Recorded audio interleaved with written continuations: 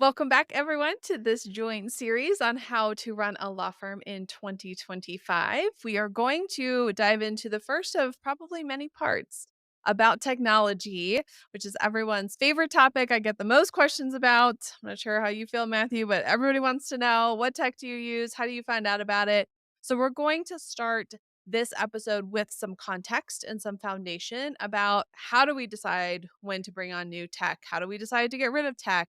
Where do we find the information about what's out there? And how do we evaluate everything for our businesses on a routine basis? And then we will get into what we're actually using. But first, we're going to talk about evaluating our tech tools. So for me, I love staying in the know. I kind of keep my ear out for the latest and greatest that's out there. And I find this from all over the place. I don't necessarily subscribe to any one thing in particular, but really just kind of keeping my ear out to what somebody else is talking about. If I hear about something on a podcast or just an ad that comes my way that's talking about something. So I'm always on the lookout for new tech tools. Matthew, how do you find the latest and greatest and maybe something that you might want to upgrade your tech stack with? Yeah, absolutely very similar for me, right? Like I'm not necessarily specifically out there looking for some new piece of technology unless like I hear Apple's going to drop like some new tech that's actually going to change something. Like, I'm sorry, a camera button on the iPhone 16 like does not interest me at all.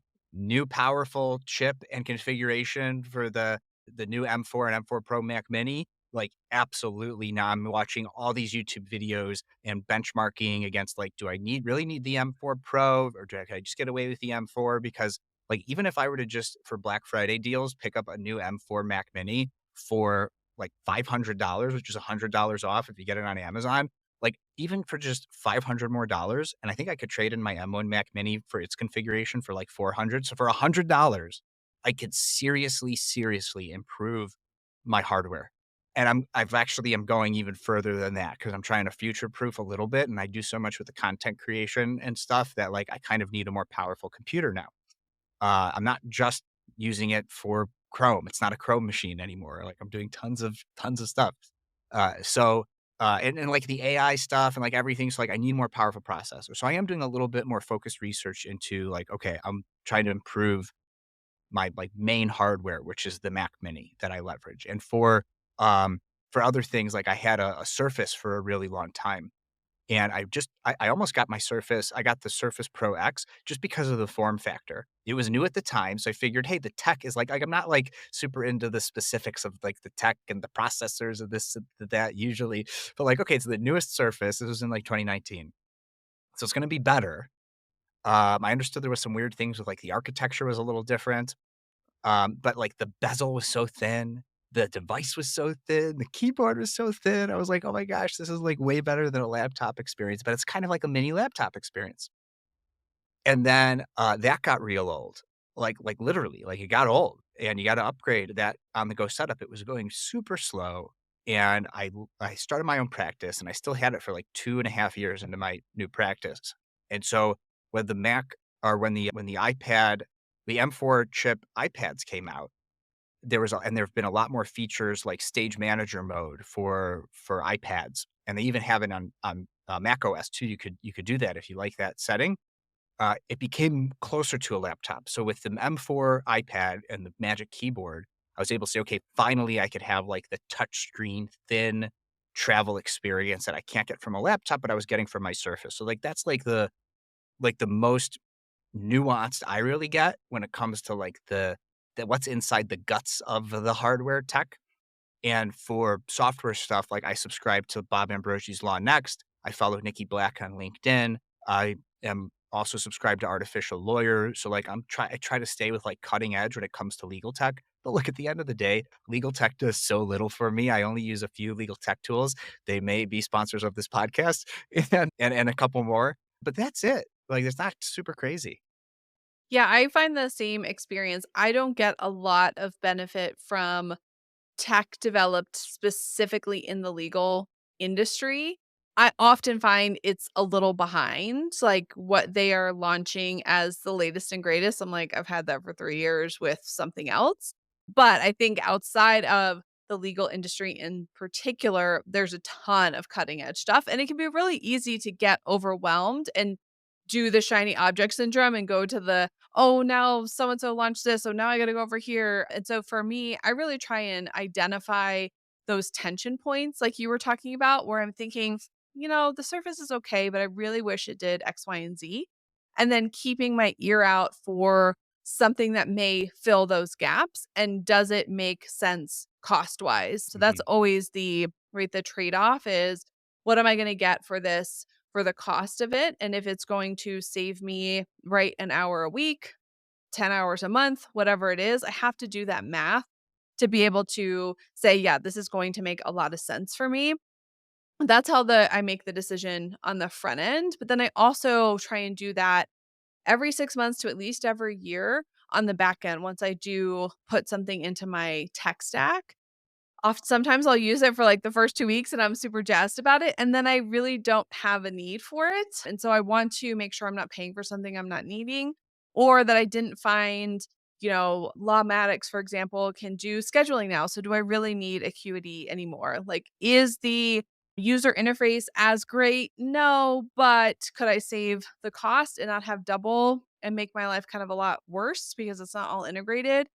Those are kind of the questions that I look at least once a year to say, can I consolidate? What am I paying? And is it actually making sense for the business? And then just trying to keep my ear out for those gaps that I may have felt but haven't found a solution for yet. Yeah, yeah, and it's definitely rare for me, but you mentioned ads too. Like I do hear like I listen to a lot of tech and entrepreneurship podcasts. I think we talked about that in an earlier episode. And sometimes the ads on those are actually relevant for me as a small business owner. And I can't think of necessarily any that I'm like currently using, but I've definitely gone and demoed some tech that I heard advertised on a podcast. So I think, and I know for a fact that people have signed up for my sponsors because they heard it on my podcast, right? So I think that podcasts in general or ads can be a way to learn about these things. But then you go and get your hands dirty and you actually demo the tools, right? Like very rarely are you just signing up and using it. Like with Lawmatics and legal tech in particular, like kind of that's sometimes, and I think this is not a great thing. I mean, sometimes it's good, sometimes it's not, is they make you demo it first or they make you get on a call because they think that helps with the sales cycle. And sometimes just give me a demo, like give me the keys, like a temporary key that expires and let me play around with the tool. For most lawyers, probably maybe that's not a good idea if they're lawyers over a certain age or they're not particularly tech savvy. But like with Lawmatics, I remember like they even have like some light client portal features. And I was like, whoa, you make some of these more robust. And I might not just use you for, the reason that for drip campaigns and like CRM and other things, like the main reason you design, like I'd use you as a light client portal solution. And so so while that was a no for me at the time, I have a calendar reminder to check in. And I said, hey, if you launch these features, whenever it is in your product roadmap, reach out to me, like, cause that's something that I'm interested in. So even if it's a no from a user standpoint for particular tech, like, yes, you want to put in a reminder, review this in 6 months. But also, hey, this wasn't a good fit at this time. Maybe it's a good fit now in the future because there were some things that I liked about this technology. Like, do you prefer to get your hands on something and play around with it before you become a customer? Like, what's been your demo, whether it's hands on demo or not hands on demo type experience? Yes, I have to get in and be able to play with it. I get really frustrated at software technologies when I hear about them and then I go to their site and I cannot figure out what they do. Like, it's all this like marketing language. I'm like, okay, but what does it actually do? Like, how does it work? I want to see screenshots. And ideally, I would like to have a demo so that I can actually get in there and play with it and see, what does clicking on this do? And what if I add this here? And is this going to work for me? Well, my flow is to do it this way. Can I use that, or am I gonna have to change up my flow? Like, yeah, I wanna be able to apply it to my own business, and so ones that don't have any sort of demo or any, like, real information about features, I tend to say, "That might have sounded really cool, and your ad might have been awesome on that podcast, but I can't commit because I don't know what it's going to do," and I really hate getting into something, putting in my own data, and then realizing it's not gonna work. Like, that it feels like a waste of time to me, and I think that's why it took me so long to change case management systems because I used Clio for 9 years, and, like, it was alright. There was a lot of stuff it didn't do. As a solo, I really wanted more automations where I could have it the system just run on its own and I could put in triggers. Clio doesn't do that, which is why I was attracted to Lawmatics. But it took me a long time because I was really afraid transferring over all of that data. And like, well, what if it doesn't work? I don't want to go back. Like, what a nightmare that is. So, yeah, I have to get in and really get my hands dirty before I will commit. Are you the same way? Yeah, and you just made me think of some jargon that I'm gonna throw out there for folks who are, like, in this. So what you just described, Lauren, is called switching costs. Like, what are your switching costs? Yeah, certainly there's the cost of what it costs to use the software, but what are the will you have in my instance, if they're subscribed, will there be inadvertent churn where somebody becomes unsubscribed because I'm switching from one platform to another, right? And I even recently discovered how since I integrate with Stripe and SweetDash, I can, if I just wanted to, like, take them totally just right into Stripe because all their payment information is saved in there. So actually, my switching costs are just the time it takes for me to do that, not necessarily that I will lose them, but there are always switching costs whenever you're switching from one piece of software to another. And and you might think, well, conversion software, like I have to convert the files from one file format to another file format. There's some software that does this for you now. It's very, very expensive. So there's that like literal switching costs. So like it costs money to pay to have things switched. But even just more broadly as a concept for you to understand is if you're switching from one software piece to another, that there might be other sorts of immaterial switching costs that are part of that. Another concept is the all-in-one solutions, which are uh, very common in law. Like I know, I did demo and really liked FileVine. I mean, they're not built for subscription law practices, so like it wasn't ultimately a good fit.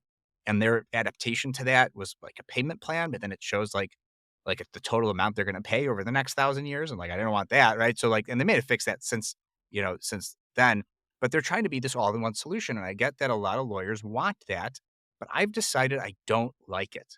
I prefer, and I've heard this said in different ways, best of breed or best in breed.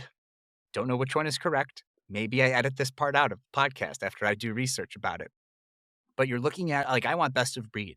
So you did mention Acuity versus like a Lawmatics. So Lawmatics has scheduling built in, and I could tell you this was like over a year ago. So not trying to throw any shade at Lawmatics. I really did like Lawmatics. But as a user, like trying to sign in and schedule something through Lawmatics for somebody else once, it was not a positive experience. And so I'm sure they fixed it because it was over a year ago. But when your only like solution, like and Acuity's been acquired, so it doesn't even necessarily do this anymore. Like this is why I love Calendly. I love Calendly because it's literally all they do. They just do scheduling. They do scheduling better than anybody. And for a solopreneur, at the entry level plan for that, it's $120 a year. That's $10 a month and it integrates with almost everything. If you can't afford $10 a month for some of the best software you'll ever use as a firm owner, like maybe you should just not be a firm owner. And then like I hate to say that, but like realistically, like it's $10 a month. Um, it is. I leverage it before AI and before Descript, which is a largely AI powered tool. That was my most used software, so it's still way up there in terms. It's still top three for software that I use the most, and it's $10 a month. Now, if you have a bigger team, it gets more expensive because everybody needs an account, and there's some additional features that come with that, though. That they used to be bundled, used to be 150 a year, but Calendly stripped out those features that the solos like me weren't using, and so they were more cost effectively able to deliver it, probably even more cost effectively. Like they passed on a little bit of the savings, but certainly not all the savings to the just independent users, paid users of Calendly. So I prefer best of breed. And like Calendly, one more thing, and then I'll kick it back to you, Lauren. Sorry, I love this topic. Is how I discovered Calendly. I discovered Calendly because and there's a great how I built this interview with the founder of Calendly. And so check it out. And they didn't do this like they didn't strategically do this. It sort of was the only way for them to spread, but they did something called product-led growth, where they let people use Calendly for free with very limited usage. And it put at the bottom of every email and on the branding of every scheduling page, Calendly, Calendly, Calendly, Calendly. And so somebody sent me their Calendly link. And I thought, this is amazing. And I immediately signed up to be a free user. And once I started my own business, that was one of the first subscriptions that I signed up for as a paid user. So like that could be a way is like other people and even customers. I've had clients introduce me to a client introduced me to Stripe And that's like what powers the way my firm generates revenue. And I learned about that from a client, like amazing. So from clients, from just other people using the tech that it gets you exposed to it. So those are some other ways that I discovered tech. Yeah, it can be really wonderful, but also a bombardment of information because there is so much out there and there are so many different permutations of very like minded software.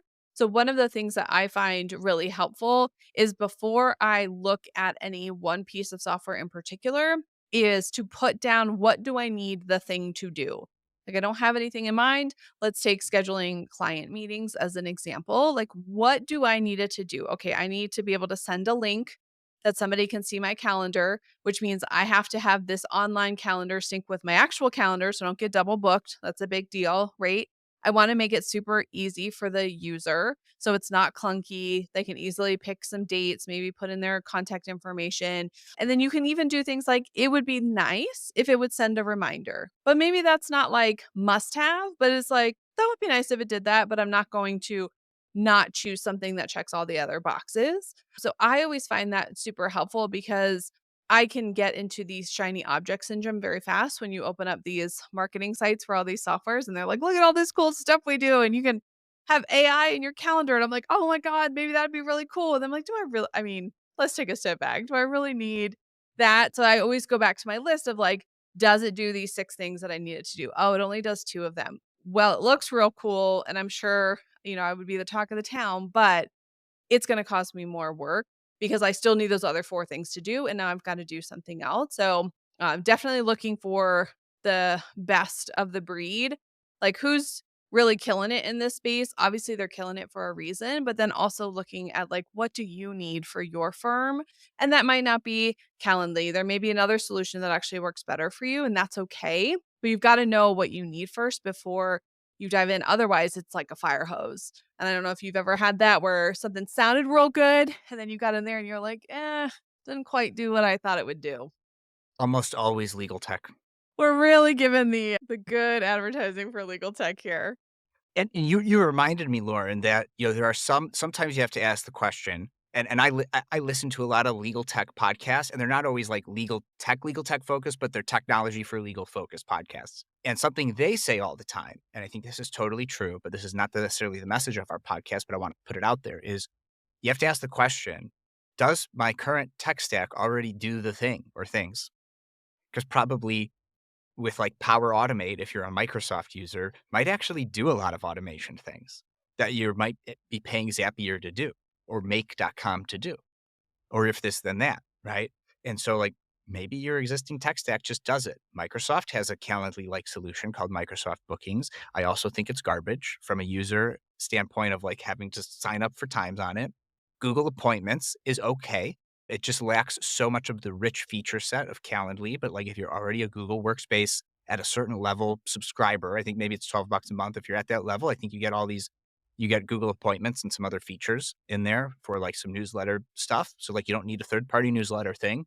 Because if you're at $12 a month or up in Google Workspace, there's some rich feature sets for newsletter style emails built right into when you open up a new email. So like you could ask, the question, does my tech already do this thing? And to another point that you said, Lauren, is okay, like, does it send a reminder or does it connect to my calendar? And like, does it do these things? You got to think of non-tech standard operating procedures, right? So like my life goes into my calendar. My wife puts things into my calendar to make sure like I don't get booked during something, right? So like that is really important to not just adopt the tech, but adopt the standard operating procedures in your business and in your life that help comport with the usage of the tech the way that you intend to use it when you did what Lauren said and you figure out what do I need to do this tech to do for me and for my firm before I just sign up and subscribe. Yeah.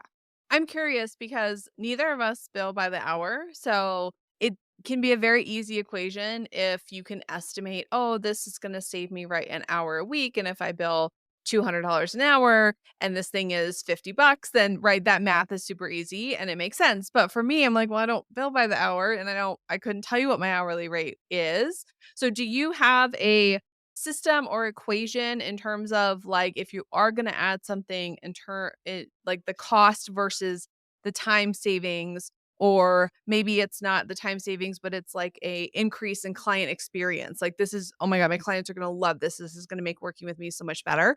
How do you sort of do that equation in a more analytical way? Or is it just sometimes I'll be honest, it's just gut for me, but I'd like to be a little bit more specific about it. Well, like, the gut things, it's a really great question, and the gut things are like, okay, like, I remember when I first signed up for Adobe because I needed e-signature software, I did not do any calculus for that, right? I knew I didn't want DocuSign because, at least as far as I knew at the time, and I've signed a million things with DocuSign, and there's some other ones like Dotloop and some other things, right? And I needed a PDF editor too, though. I needed a robust PDF editor in addition to e-signature software. And look, Adobe, it was 20 bucks a month. I'm like, sort of with the Calendly thing. If I can't afford $20 a month for mission critical software, that's more gut. Is it mission critical? You kind of need to do it. Another thing that I did a little bit of both with is Formula, which is through the Illinois Institute of Continuing Legal Education. And what they do is they've using like hot docs or like some it's slightly older automation software. They have automated all the forms in this CL for the CLE program for general practice, solo practice lawyers. And when I got started, it was like $26 a month. I think it might be 30 now, but like 3 years later, like it's still not bad. I'm still in month to month instead of annually because I'm thinking I have a savings to do it annually, but I'm like, am I really gonna like use it? And so I kind of want to be able to get out to pay a slight premium on that to get out whenever I want. But realistically, like if I sell like one prenup through that automation, that's paid for it for a couple of years, you know? Like, so like I've for the value that I've gotten, in particular, like it's actually easier on a flat fee than hourly, right? Because like, first of all, I make all my clients subscribe. So like I'm getting 20 bucks a month. Like it's not gonna be life changing or firm changing money. It's when they do the flat fees for those entry level clients. And like, like I'll also help people start a business. And there's a great single member and multi-member LLC operating agreement automations in there. Like I could build a new one in Gavel, and I've thought about that. But like the automation is there. It's 30 bucks a month. If I sell one of those things, just that pays for it for 2 or 3 years, right? So like the cost benefit analysis is a no freaking brainer for like tools like that, right? And holistically, so to answer your question from like a holistic standpoint, I have a spreadsheet and I have all of my software. And on top of that, I don't just have the software, I have any monthly subscription or annual subscription because I only have the 2. I know there are some subscriptions out there that are quarterly and some other things, and I have it all baked in so I could estimate because some are paid annually, some are paid monthly. What's my monthly annual spend on software and other subscriptions? And what's my annual spend? And I include things in here like the cost of my mailbox, which is $45 a month to have like a virtual office space at a local shared workspace here in Illinois. I have things on there like subscriptions, although I'm actually glad I'm looking at this. I could take this off meetup.com because I used to run a group in Meetup. And that was twice a year. It was a 6 month subscription. So that was the unique 6 month subscription that I had. Things like my annual chamber membership, my LLC annual filing fee, registering, paying for ours is the state Supreme Court to re-register my law firm for another year, my ARDC, my attorney registration, for another year. So like all my annual things also broken down. So I could see that right now, although this is going to be lower now when I take out Meetup, let me just take out Meetup and let's do this. Let's see this live. My annual expenses for 2024 for operating expenses only is $7,115.84. I know my firm's bringing in a lot more than that. Like the only other expense, and that includes insurance and malpractice insurance premiums and includes all of my expenses, right? I know I could afford that. And when I add a new tech, when I'm evaluating new technology, I just plug it into the equation in the Google sheet and I see what is this going to cost me versus, what's it going to take out? Because really it's just literally coming out of my pocket because I just pay myself and then I put money away into the firm war chest. So like for me, it's a no brainer. Like if it's $100 a month or less, I could probably rationalize it because like for Paxton, I would have to pay somebody tens of thousands a year to do what Paxton does for me. So that's a super no-brainer. But also, if Paxton increases prices or if software is more than 100 a month for a small firm owner, solo firm owner, I have to really start questioning, okay, like, is there going to be ROI? Can I leverage this? Like with the formula, super leverage because like one client pays for it for a year or more. So the same thing, you got to just think about it that way. So long-winded answer. Sorry, Lauren. I'll just let you come in with any criticisms or feedback or your own take on all that stuff. No, I think that's all super helpful. And I know we'll get to sort of the law firm finances and accounting later on, but this speaks directly to that is you have to know everything that you're paying for.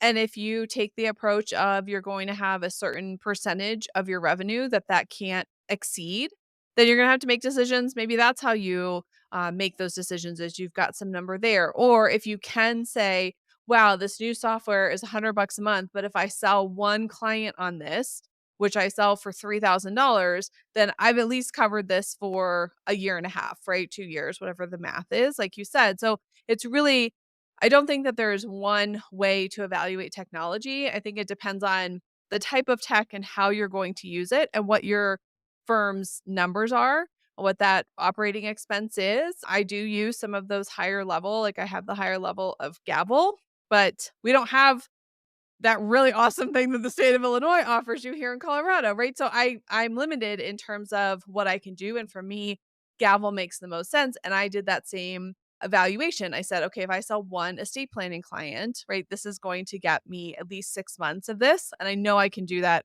twice a year at the minimum, right? I'm selling way more than that, but that's a way to see if it makes sense, and then going through, like you said, pretty regularly, when you have that list and what it costs, it's very easy to go, "Wow, this is, $100 a month. When's the last time I used that? Like, do I really need that?" Or, "You know what? I just saw that Google added that to its workspace, so maybe I could just get rid of that." Like, that constant review and having those metrics makes it, I think, the easiest to identify what tech do you need, what can you maybe add on, and what's going to make your practice just that much more efficient. Yeah, absolutely. I'm curious to know though, like you and I both use Canva. Do you remember how you learned about Canva? No, I know I've been paying for it even and it's like, isn't it like $120 a year? It's like so cheap. Like it's a Something no-brainer for like me. that. Yeah, it's Um, less than 200 a year for sure. Hold on, actually, I could tell you because 'cause I'm in here. I think I pay for it annually in advance, yeah, $119.99. $120, I was right. Yeah, I do not remember. I want to say I have been using it probably the entire time I've had my firm. They have certainly upgraded. So, like, 9 years ago, it was not what it is now, but I feel like I have used it forever, and I honestly I wanna say it was like a web article of, like, "Check out this new, kinda DIY design," right? That's how it was pitched of, like, you don't need to be a designer to know what to do, and coming into the law practice, I was like, "That sounds great." But yeah, that's one I've had forever. Yeah. Yeah, I actually remember where I found out about Canva, and it's also where I found out about Descript. And this is another really interesting way to also maybe hack, trying out these tools for free, because we know what it's like when you're starting, in particular, if you're, like, just started this year, your law firm, uh, and you could take advantage of these. So I joined, like a membership-based group, like networking group online, and there is like an annual fee to join, but I did a 30-day free trial for this group, and one of the member benefits for this online networking group were like 30 to 60-day trials of all these tech tools, and some of them were totally not relevant to me, like they were relevant to other startups or high growth tech startups, but some of them were super relevant, like paid subscriptions to like Monday.com or Asana, and Descript and Canva were on there too, and they just had little blurbs under all these tech tools that come for like, and it was like an added benefit because certainly there's like freemium versions of some of these tools. Like there's a freemium Canva, there's a freemium Descript, but like this gave me access to pro features for 60 days. It might have been 45 days, but something like that. It was like more than a month. And now I got to really get my hands dirty for an extended period of time. Like there are some free trials that are like 7 days. So it's like I might sign up and like a big client thing happens or a big personal thing happens. I just never used it. Now I'm out. But like when I had that long to use it, like I was really leveraging the tools, and so I immediately converted to a paid subscriber when they were available because I got that much value from those tools. So like look for those types of groups where like Generalist World is one that comes to mind, though it wasn't that one, and that one's got way more expensive too. But like one of the member benefits for joining that type of online networking group is here's 100 tech tools that we've negotiated these long free trials with. So definitely for folks, if you're interested in some tech out there, check that out. Entra, I think it's maybe joinentra.com is where I like, was exposed to all that stuff. And Entra, like entrepreneur, it's kind of become the like LinkedIn for folks in Web3, so that's not really my space anymore. But I did get one client just through like networking and stuff on there. But like that was where I was exposed to these tech tools for the free trials. And I also don't know if they're offering like a free premium membership to their platform anymore. I even think LinkedIn does something like this too. So like check it out, look into those types of things, and that could be another place you could find stuff. Anywhere else, any other tidbits on like evaluating and discovering tech for your firm, Lauren? I would listen to podcasts. I get a lot of ideas from folks. I think I learned about Descript from you, Matthew, so you passed it forward.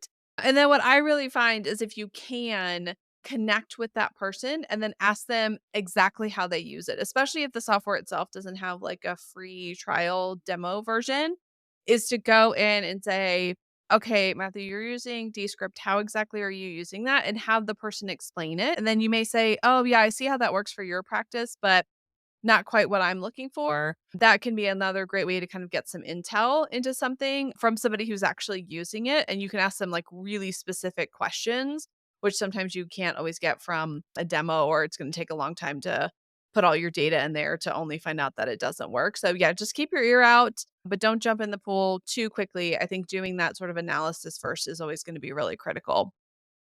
Yeah, and if you decide on a tool as far as hardware is concerned, I mean, I would just watch some YouTube videos of people actually getting their hands dirty with it and sometimes comparing it to other things. That's what I did with microphones. That's what I did with some other hardware. That's what I did with this wallet that is a MagSafe wallet for my phone. That's also a Nice.